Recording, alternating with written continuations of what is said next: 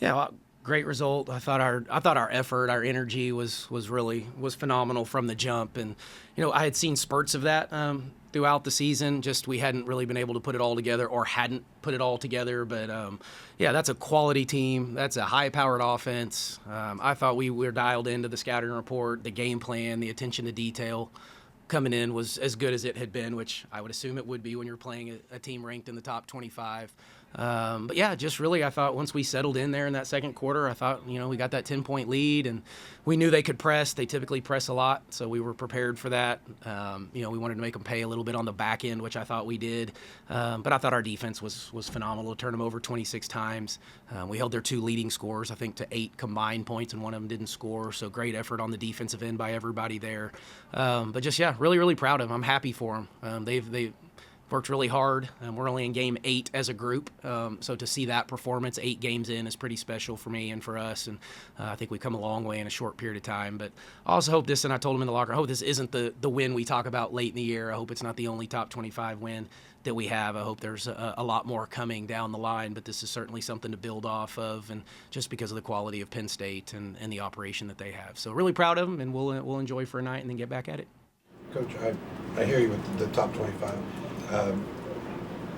Obviously, like I said, you don't want this to be the one you hang your hat on, but does this add something more as far as, what people are going to see of this program, from a national standpoint? Well, yeah, I hope so. I think we'll be if they're top 25 on the bottom of ESPN tonight, we're going to be on the ticker. So I think you're in gold, right, if you win, I think is how it works. So we'll see West Virginia on the ticker, and I hope people start to pay attention and come and support. And, yeah, if we're doing it in game 8, I would love to see what's going to happen as we continue to move forward and develop and spend more time around each other. But, yeah, I didn't know if it would be this early.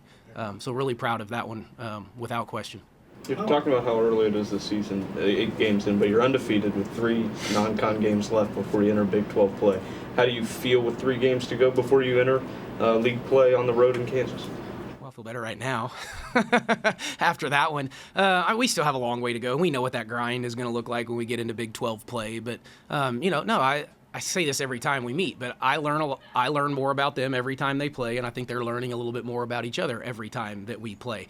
But yeah, because again, the quality of Penn State and that program, they have 2 Big 12 wins already this year. Lost to I think USC's 6th in the country right now, and they have a 1-point loss to the 6th-ranked team in the country. So I think there's a belief and a buy-in from the kids that they start to just see it, and maybe they can do it against some of the top teams in the country. So we'll build off of that. But again, this can't be the defining moment when it's all said and done, hopefully. Mark, you mentioned making them pay for their pressure. Was this the most you guys have pressed so far this year, and did the players kind of welcome that challenge? No. This is what we do. This is our identity. I don't remember what we are. I think we're top 10 in the country, right, or top 5 in turnovers forced. I didn't know if we could turn Penn State over like we had been turning some of the other teams over, but we wanted to stay with it. And we went back and forth in our scout to figure out, how much do we pressure? We want to limit a few things, so we went back and forth with it a little bit. Once we got the lead in the second half, we laid off of it just a little bit, especially when they started scoring so quickly against us, and so changed some things late there defensively. But yeah, no, this is us. This is our identity. Coach, as you dived into the scouting report, and obviously, you probably saw they had a little bit of a size advantage, and their guards are pretty good. So, does this outcome, now that you've seen it, does this surprise you at all?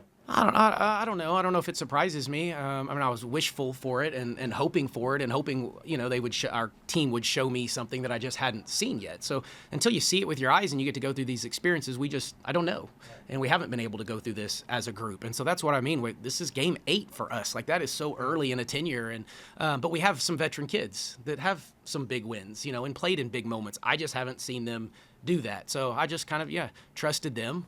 A little bit, but I think I don't know if I expected it this early, but I'm certainly thankful, and I thought we earned it and deserved it.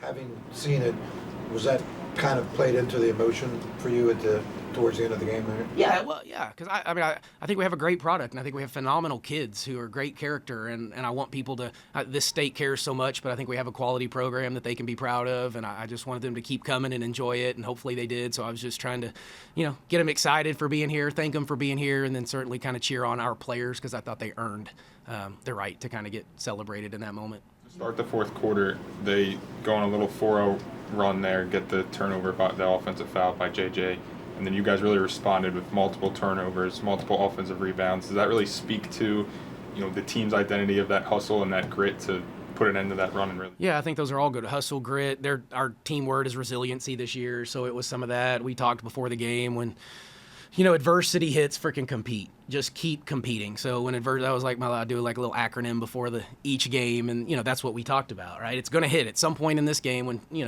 two really good teams battle. There's going to be some adversity, so just keep freaking competing when it does. And so I thought we did that. It got emotional and chippy a couple times, but I thought we kept our heads, and I was proud of us. We got to the free throw line and converted. Shot the three well. I thought Jordan Harrison did a great job running the show. JJ was special. Kaya battled, and she's got a little injury that she's fighting through. Tabby was pretty good. Lauren did what she does. So, yeah, we just had kids step up and play well on a big night. You mentioned the two guards from Penn State. They kind of were just not really there all night.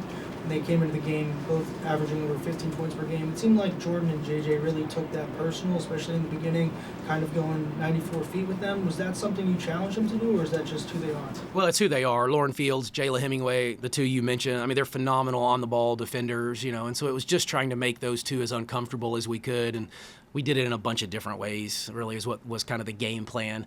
A little foul trouble, I think, for them, especially for Chesky. I think that kind of limited her a little bit, but you just can't let them get going in certain areas that are their strengths, so we tried to take those away.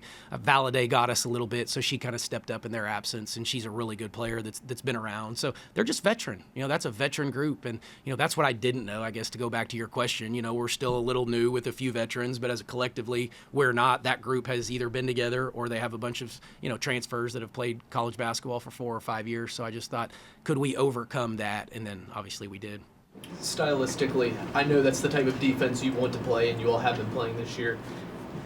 At least, I think to me, it's the most intense you guys have played this year. Did you know your team had that intensity to it on that end? Well, yeah, I did. I just didn't know if it was sustainable. That was kind of, we'd seen it in spurts, and we'd turned people over, but we hadn't turned a Penn State type team over. We hadn't been able to sustain it, for a lengthy period of time. We've been able to get away with a quarter of doing it and then coasting because we got a lead. So just needed to see it again. It wasn't 40 minutes worth, but it was certainly closer to what it needs to be. Was that something you can challenge this team to do, to now that you've seen that intensity level, continue to build up on that and continue to show it game in, game out? More? Yeah, now we have a bar. Now we know, now you just raised the bar. We raised the bar. Now the expectation goes up, the way we prepare, the way you practice, those types of things. Like, the bar has been risen for us, and so we just need to keep grinding away. But, they have to understand that too. There's still a standard we're trying to get to. We haven't quite met it yet, I hope. And so keep plugging away at it. Yep. Seemed like Lauren's D3 there to beat the buzzer on the shot clock was a momentum swing, and you guys really kind of just took it from there. How big was that shot, and how the game played out? Yeah, it's funny because Lauren and I haven't coached her for forever, but Coach Grayson, who's on my staff, coached her at Oklahoma State, and Coach Grant coached her at Arizona, and they both keep saying, like, Coach, she makes the craziest big-time shot. She might even be 0 for 6, and late in the game, she's going to hit a big-time 3. And so I looked back at Coach Grant, and when she hit it, it was just kind of like I told you, the kid just has that knack to hit those shots. But I do think you're right. That got the crowd into it. There was some energy behind that. So I don't know if I'd call it luck, but maybe there was a little luck involved too. But we needed it at that moment. That was a big one. Would you say a win like this kind of validates anything in your head as terms of where this team can go? I know you mentioned it earlier, we're only in game 8, but a win like this has to put some sort of confidence in your mind going forward. Yeah, I'm searching for the right word. I don't know if validation is it. I mean, yeah, I think, I've always kind of played with or coached with a little bit of that chip, and, just watch us, believe in us, like we can do some pretty special things, and so personally, maybe a hair, you get your first top 25 win here, and it came in game 8. We can coach. We can put the kids in the position to have success, but credit them. They're the ones that they did it. I didn't make any buckets or anything. I just tried to coach with some passion and help them out when I could and draw up some plays. But, man, the kids were fantastic. So, yeah, I think it helps. It helps the buy-in, validation, confidence, whatever term we want to use. Is that the best your transition game has been? Again, in spurts. I mean, I think We haven't finished as well as I would have liked in transition. I thought we were much better at that tonight. We converted some 2-on-1s, finished at the rim a little bit better. We've been turning teams over at the high rate, but we haven't finished at a high rate. And so we have challenged them, I think because we had 18 steals on 26 turnovers. So you got to convert those into points. I don't have the numbers yet, but I think it was probably pretty good tonight. After such a big win against a quality opponent like this, how do you stay focused now with maybe 3 lesser quality teams coming up? How do you keep the energy that you had tonight? Yeah, you build off of it. I mean, we have a mature group. We'll challenge them and we'll have the conversation. Back in the day, you kind of you tricked them and kind of went around it and tried to act like teams, their records may be better than they were, or they had trouble getting information. Now they can get all the information the player. Like, you can't trick them; they'll know before we even probably get in there. But it's if we want to be great, we have to be consistent. We have to prepare the same way, which we will do as coaches, and we will coach them the same way regardless of who we play. But naturally you're going to get up a little bit more for these games. But no, we'll have to find ways to continue to improve, even though we don't have a Penn State here in the next three games before we hit Big 12 play. What do you want to see this team work on between now and then? Well, I mean, a lot of things. We can still get better rebounding, some rolls. We got to kind of figure that out, continue to play through the paint a little bit, converting those turnovers into points. So, trust me, we're coaches. We can pick this thing apart. When we go watch the film, we'll find plenty to show them and kind of get after them and let them feel good too, but at the same time make sure we show them areas that, here's some things we didn't do well. We had some bad possessions offensively, where we got late in the clock and we're fumbling it off our feet and things like that. So that's areas we can improve. Coach, you've obviously had big wins in your career, but doing it at this level, it's obviously going to get more notice and a little bit more recognition. You're only human. Is there anything that plays into that as you move forward and continue to build this program, doing it at a higher level, getting more recognition, and now these wins, all of a sudden, the reputation starts to kind of build up a little. Yeah, I mean, not so much for me. I mean, yeah, I'll take a moment, I'm sure, and reflect. And I don't know that I have a top 25 win at the Division I, level. Had plenty of them back in the day at D2 and all those types of things. But we, mid-major, I had Power 5 wins, but I don't think they were ranked at the time. So yeah, that's the first one for me. So yeah, I may reflect for just a second, but I don't want it to be about me. I want it to be about our program. I want recruits to see this. I want people to get excited about what we're doing here. I want to represent this state the right way, which I think we do. And so it's just, find passion. We have it. We have a fire. We want kids to want to come play here. We play a fun way. I just want to grow the fan base. I want people to get excited about what's going on here and, Mountaineer women's basketball, because I think the product is pretty special already. How much does this help? I would think a lot. I hadn't seen my phone yet, but I got kind of close to it. My watches, they're all I can hear. I can feel them. They're coming. So I think people are probably taking notice of this one. And no, it's important. It's really important for our program and a big step. Any more questions, Coach? Thanks, everybody.